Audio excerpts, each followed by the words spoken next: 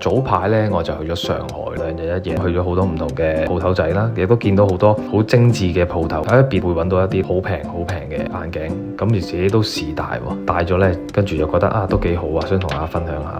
其後我哋去咗一間呢叫做裕興記，食最近比較當造嘅蟹啊，好多蟹膏啊、蟹粉小籠包啊，咁都覺得係一般般。我覺得唔好太過高要求啦。咁我覺得呢一個呢係一般般嘅。食完呢個餐廳之後呢，我哋就繼續去行街啦。見到好多林林總總得意嘅一啲嘅鋪頭。咁中間呢，其實呢都有留意有冇一啲嘅眼鏡鋪頭想同大家分享下。咁揾到一間法國嘅眼鏡鋪頭。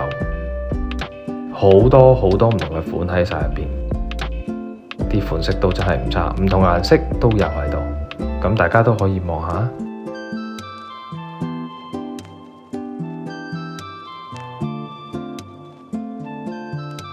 見有一間鋪頭叫紅星眼鏡，入邊呢主要都係買一啲名牌牌子啦，似譬如 Ray-Ban 咁啦。當晚去咗一間叫福1088，都可以去試一試，因為我覺得都真係唔錯。今次呢一個上海 trip 咁就已經完成咗啦，下次再同大家分享啦。